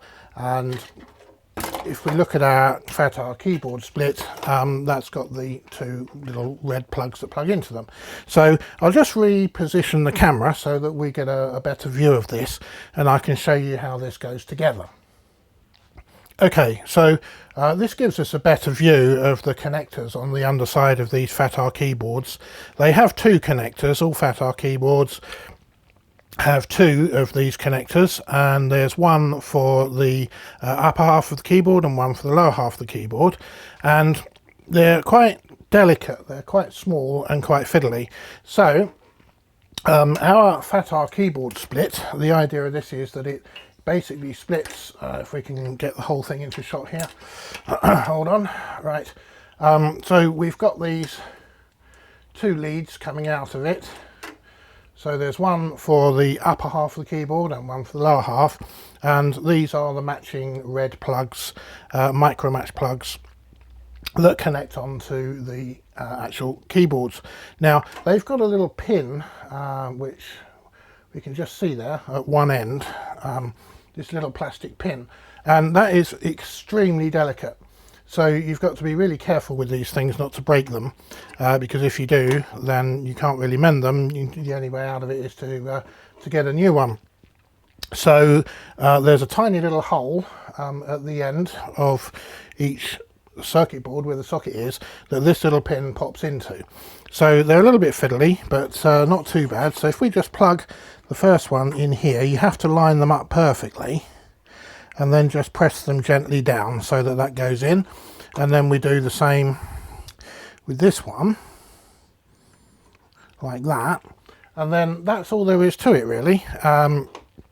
Those are now connected to the keyboard, and the FATR keyboard split's got this 16-way connector on it, ordinary, ADC ribbon cable thing, and our interface board, our System One matrix keyboard interface, has a matching socket here, and it's actually labelled up as a TUTI compatible interface, which means that it's wired in exactly the same way as the interfaces on the TUTI encoder, and these keyboard splits, FATR keyboard splits, were originally designed to work with the TUTI encoder, so we can simply just run a cable, plug a cable into the keyboard split and the other end of it into this TUTI compatible interface, and then we just plug an RJ45 cable from the interface into the main control board, and everything will work. So there's no soldering to do, there's no messing around. It's really, really simple if you've got FATR keyboards.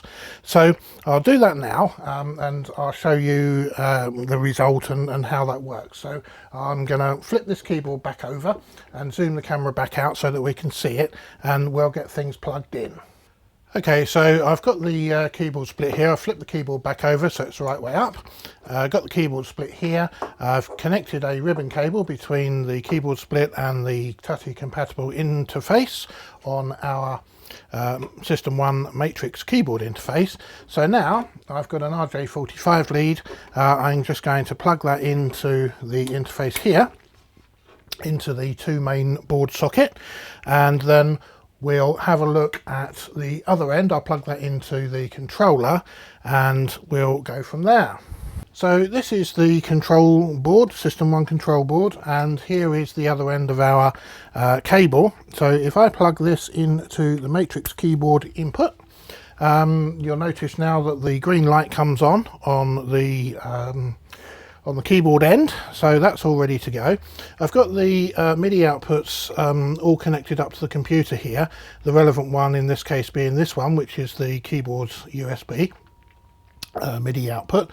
So that's connected up to the computer. So if we take a look actually at the computer and we clear that away from the screen there.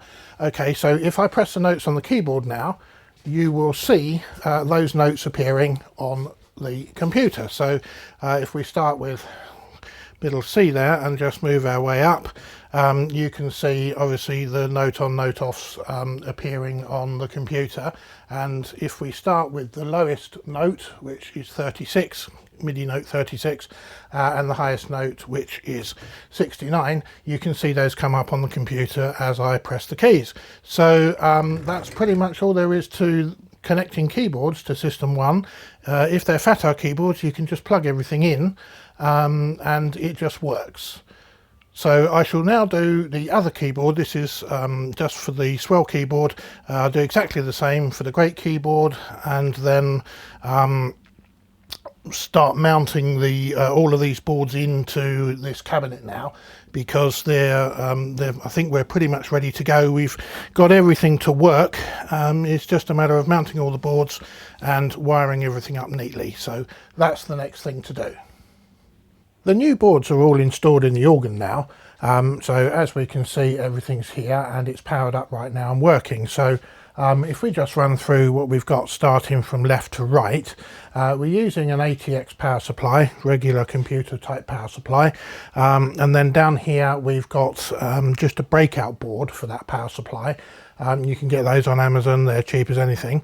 Hidden under here we've got our own little power management board. That's a Hauptwerk Hardware product.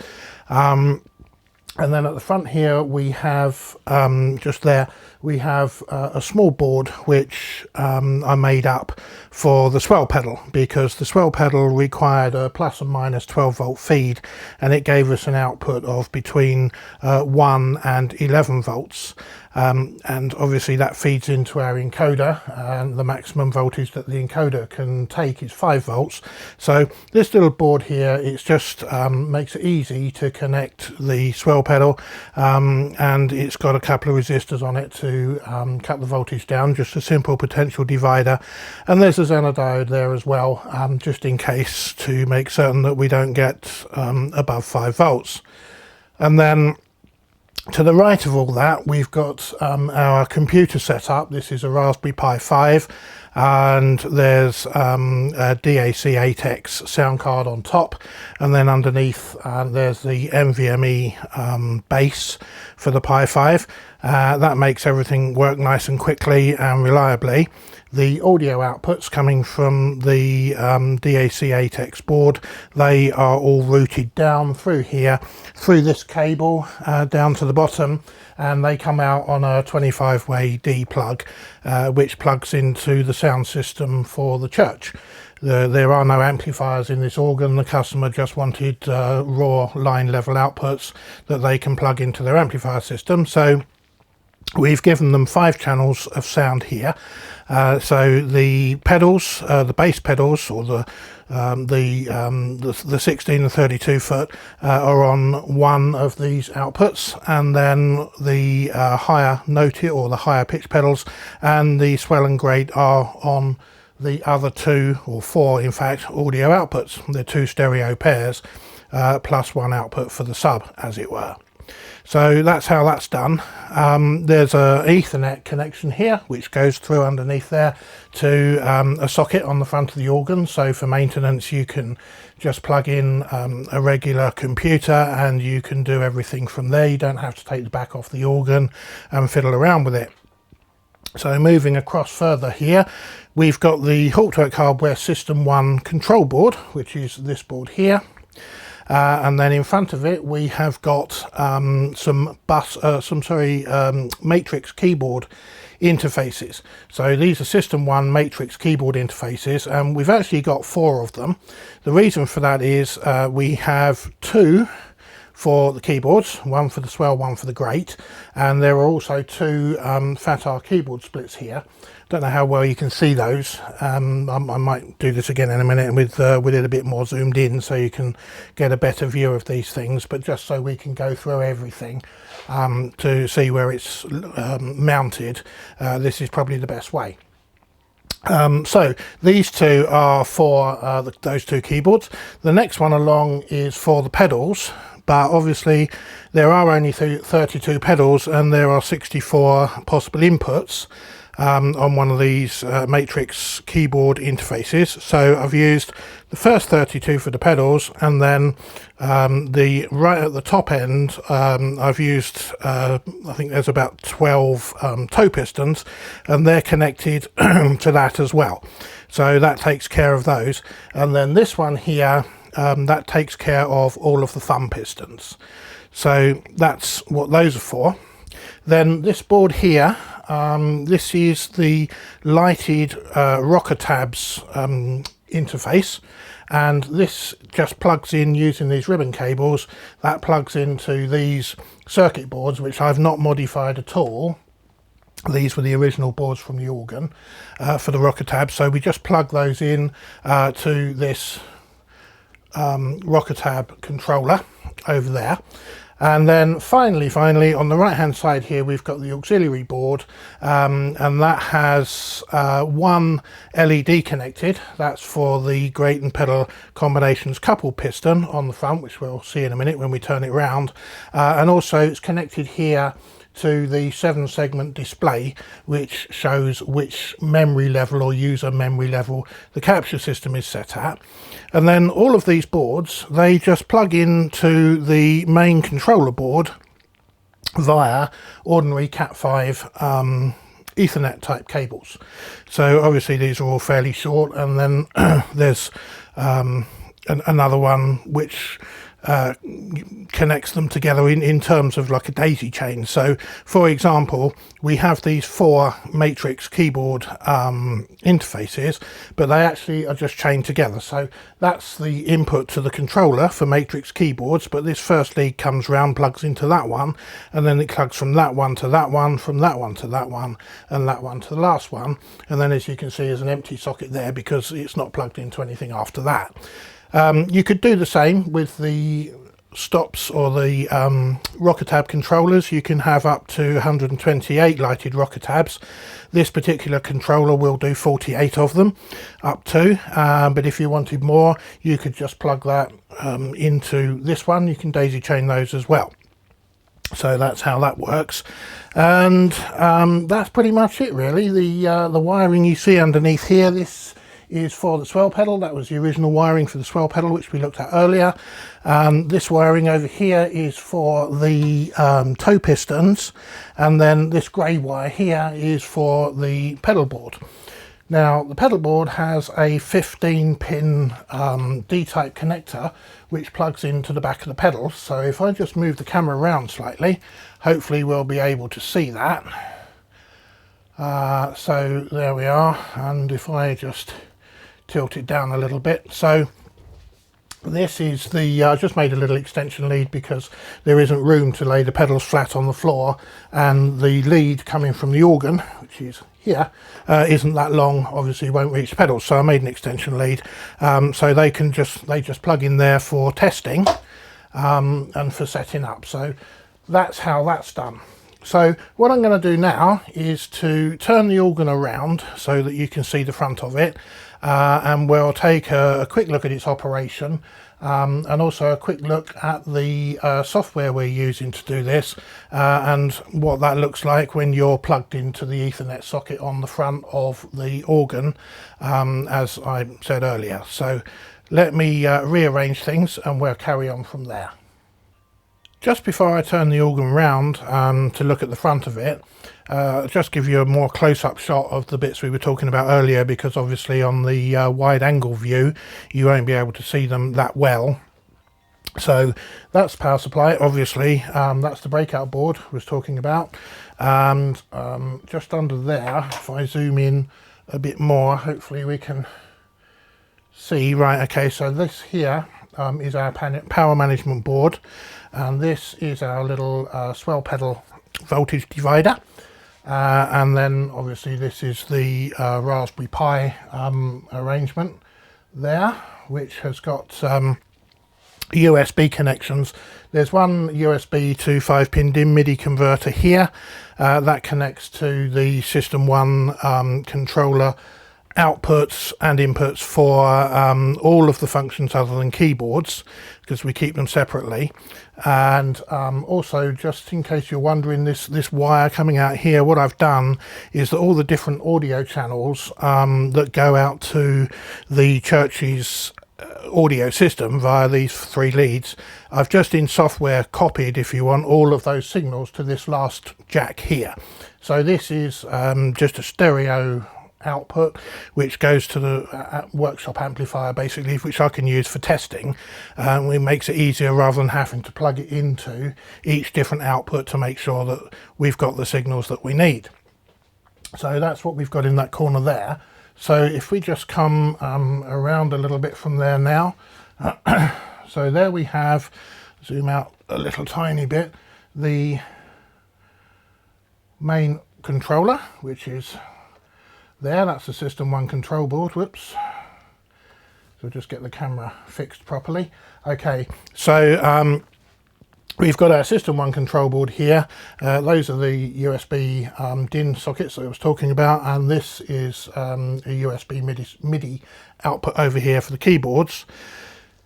The sockets along the front here are for various things. So this one goes to the auxiliary board, this one goes to the lighted rocker tabs, and this one goes to the chain of matrix keyboard interfaces. And then there's a few wires along the back. These are the analog inputs here for, there's actually a volume control underneath the front of the organ. It's these connected via these wires here. So that's master volume. So that's connected to the second analog input. There are 8 analog inputs on the System One controller, so you can have up to 8 analog devices. And the first one comes from our swell pedal board over there that we looked at earlier. So that's pretty much what that board's doing. And then behind it, as I said earlier, we've got the matrix keyboard interfaces, and there are 2 FAT-R keyboard splits because this uses FAT-R keyboards. So just moving around further to the right now so that we can see a better view. So this here is the lighted rocker tabs interface with its connections along the back that we looked at. They go off to the boards on the front of the computer. It's got the standard RJ45 connector there. That's it, that's all it needs.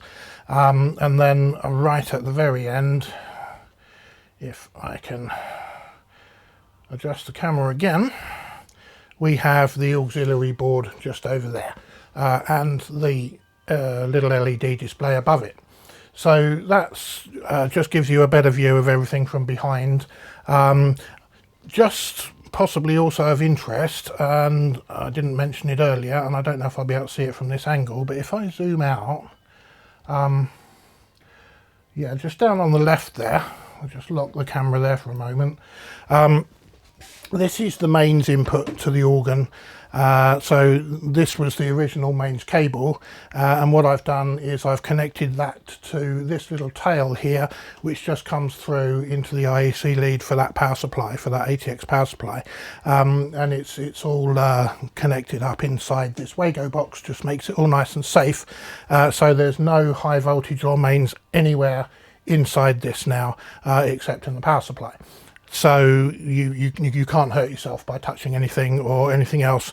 That's all nice and safe. So I think that's a good way to do it. Obviously all of this is going to be in somebody else's location. It's going back to the customer. If another technician comes along or somebody else decides to take the back off for whatever reason, there's nothing in here that they can hurt themselves with. So I like to do it like that. Just makes it all nice and safe.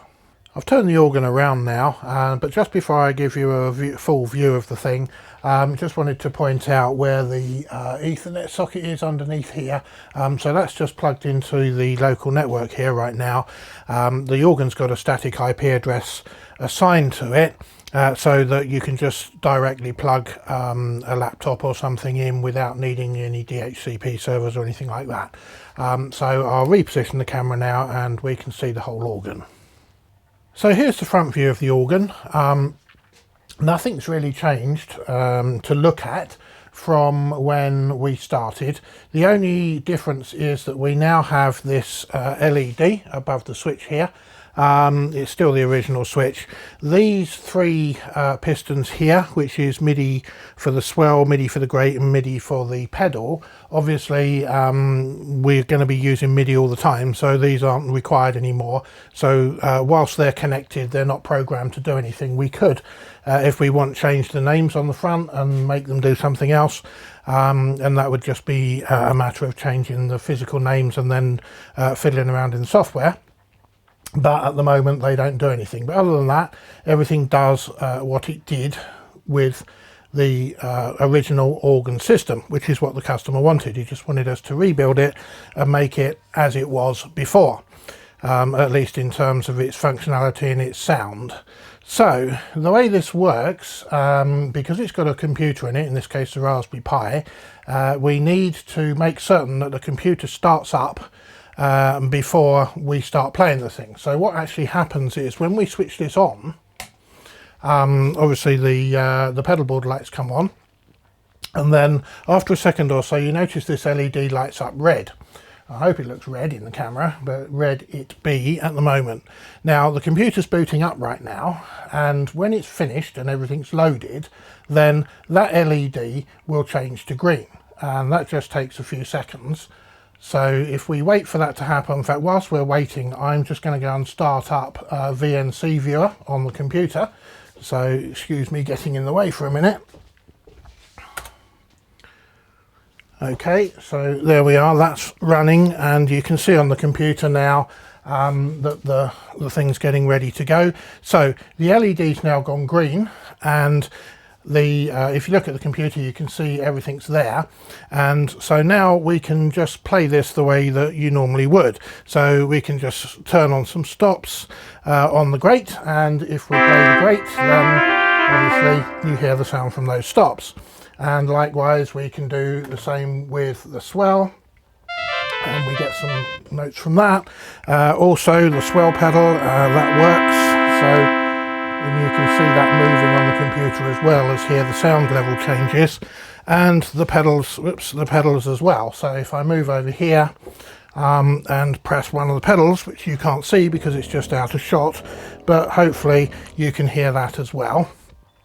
So all that functionality works, and then all the pistons and things, they all work as they would normally. So these are the generals over here, then we've got the swell pistons and the grate pistons, and then the normal set, general cancel at the other end. This button here was for a optional continental organ sound, which is not used, so we don't use that. We've got 16 levels of capture memory over here for different users, and they change obviously. When I press plus you can see the display changing, and when I press minus it changes back. So if I press well, let's cancel for the moment, so that turns off all of those stops. If I press general piston number 1, you can see we've got some stops there that come on, and number 2 we get different stops. Number 3, everything as you'd expect. And then obviously if we go back to number 1, but then we change up to level 2, then number 1 will give us different registration, and that's the case for all 16 memory levels. And then the toe pistons, they work in the same way.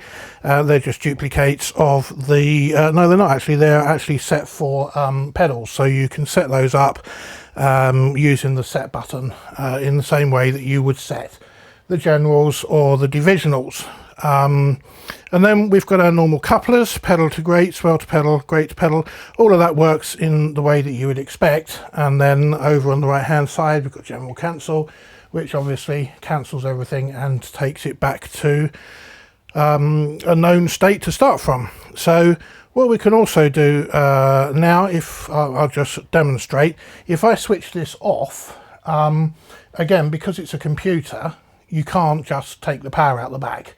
Well, you could, but it wouldn't do it a lot of good, and it would be likely to fail quite quickly if you did that. The other problem with that, of course, is that it wouldn't save anything that you'd done. So at the moment you'll notice we're on memory level 2. When we switched it on, first of all, it came up as level memory 1. So if we put that on to 4, for example, we switch this off, it will save its state before it shuts down. So when you switch it back on, it will come back to level 4. So you can just carry straight on from there, rather than having, you know, to start back from 0, you don't know where you're at. So what will happen when I switch this off, you'll see this LED will go red, which means it's begun its shutdown sequence and its save sequence, and then it'll go out, and then you'll see the pedal lights go out as well, and that's basically it. So it's a controlled shutdown. So if I switch that off, You can see the LED goes red. There was a tick from the relay. That relay supplies the remote signal to the amplifiers in the church. So it will switch off those amplifiers before it shuts down, and equally it won't switch them on until it's finished booting up. So the idea of that being that if you've ever played around with booting up a computer with headphones or speakers plugged into it, it makes all sorts of horrible noises, pops and bangs as it loads sound drivers and generally does its thing, and we don't want to hear that from an organ. So that's what that's for. So there it is really, apart from putting the top on and the back. That is the finished article. It's as customer wanted it. All the stop sounds that we've created all match the original stops, the names of the original stops, and obviously the sounds match as well. And you can voice each of these stop sounds individually. So once this is back in the church, we will be going there to do a voicing session. I won't, I'm the engineer. My ears and don't really go to knowing how to make this sound like it's supposed to. But we have a man who will go there and do all of that. So that just makes certain that everything is exactly how the customer wanted it by the time that we've finished. So there we are. I will do another video on the software that we've used and how that works.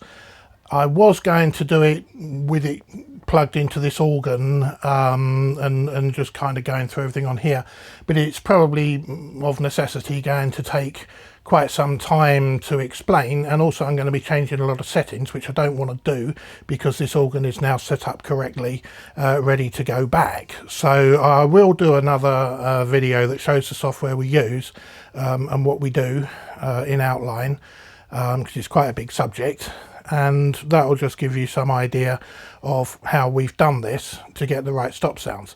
If you wanted to do or to use this with Hauptwerk or Grand Org or something like that, there's absolutely no reason not to. Clearly the Raspberry Pi that we've used in this is for our own control and basically our own virtual organ system if you want, but using additive synthesis so that we can recreate the right sounds.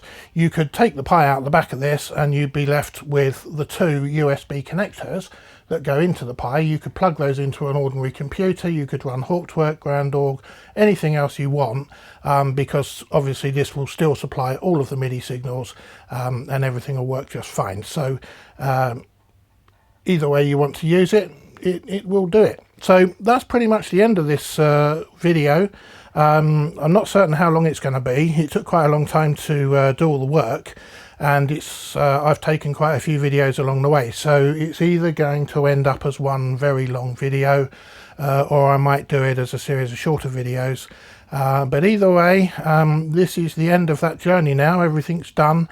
I'll include a few pictures in when I finished of the organ with the covers back on, just for the sake of completeness really. But if you've got this far, then thanks for watching. I hope you found it interesting and helpful, and if you want to do something like this, if you need any of our products, go look at the website, give me a call. All the contact details are on the website, hauptwerkhardware.com.